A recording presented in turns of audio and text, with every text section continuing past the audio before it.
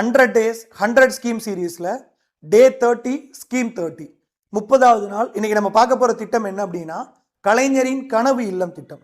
இது ரெண்டு வகையான திட்டம் இருக்குது. ஒன்று நம்ம இப்போ பார்க்குறது கிராமப்புறங்களில் வீடற்றவர்களுக்கு வீடு கட்டி கொடுக்குறது. இன்னொரு திட்டம் என்ன அப்படின்னா தமிழ் வளர்ச்சித்துறையின் சார்பில் எழுத்தாளர்களுக்கு வழங்கக்கூடியது. அது எழுத்தாளர்கள்னே போட்டு வந்துடும். இது கலைஞரின் கனவு இல்லம் திட்டம்னு வரும். ஓகேங்களா? இதில் என்ன அப்படின்னா 2030க்குள்ள குடிசையில்லா தமிழ்நாடு அப்படிங்கிற இலக்கை அடையிறதுக்காக நம்ம 6 ஆண்டுகளில் கிராமப்புறங்களில் 8 லட்சம் வீடுகள் கட்டி கொடுக்க போகிறோம். அதுதான் கலைஞரின் கனவு இல்லம் அப்படிங்கிற திட்டம்.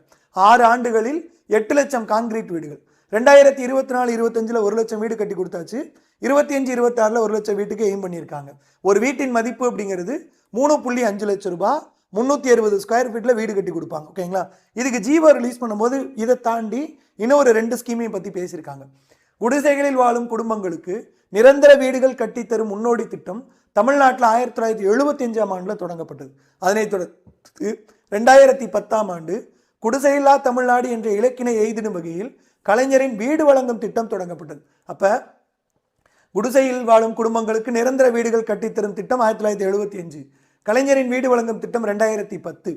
தமிழ்நாட்டின் ஊரக பகுதிகளில் குடிசைகளை மாற்றி பாதுகாப்பான நிரந்தர கான்கிரீட் வீடுகளை அமைத்து தரும் நோக்கத்துடன் எடுக்கப்பட்ட சமீபத்திய கணக்கெடுப்பின்படி கிராம பகுதிகளில் ஏறத்தாழ 8 லட்சம் குடிசை வீடுகள் இருக்கு அப்படின்னு கண்டறிஞ்சிருக்காங்க. எனவே குடிசையில்லா தமிழ்நாடு என்ற இலக்கினை எய்திடும் வகையில் வரும் 2030ஆம் ஆண்டிற்குள் தமிழ்நாட்டின் ஊரக பகுதிகளில் 6 வருடங்களில் 8 லட்சம் கான்கிரீட் வீடுகள் கட்டப்படுவதற்கு முடிவெடுத்து கலைஞரின் கனவு திட்டம் அப்படிங்கிற திட்டம் செயல்படுத்துறாங்க. ஓகே, இது எப்போ அறிவிக்கப்பட்டது அப்படின்னு பார்த்தோம் அப்படின்னா February 19, 2024 பட்ஜெட் உரையின் போது மாண்புமிகு நிதியமைச்சர் திரு தங்கம் தென்னரசு அவர்கள் இந்த கலைஞரின் கனவு இல்லம் தொடர்பான அறிவிப்பை வெளியிட்டாங்க. மார்ச்ல ஜீவோ வந்துச்சு. ஓகேங்களா?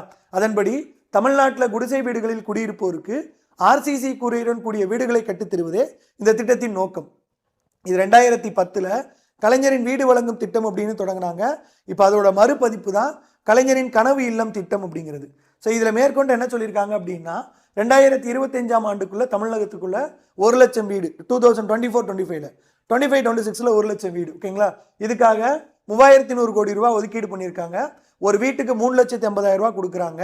இதை தாண்டி நீங்கள் அந்த வீட்டை எக்ஸ்டெண்ட் பண்ண போறீங்கன்னு நினைச்சீங்கன்னா 1.5 லட்சம் வரைக்கும் நீங்கள் எக்ஸ்டெண்ட் பண்ணிக்கலாம். 360 ஸ்கொயர் ஃபீட் இருக்கணும்.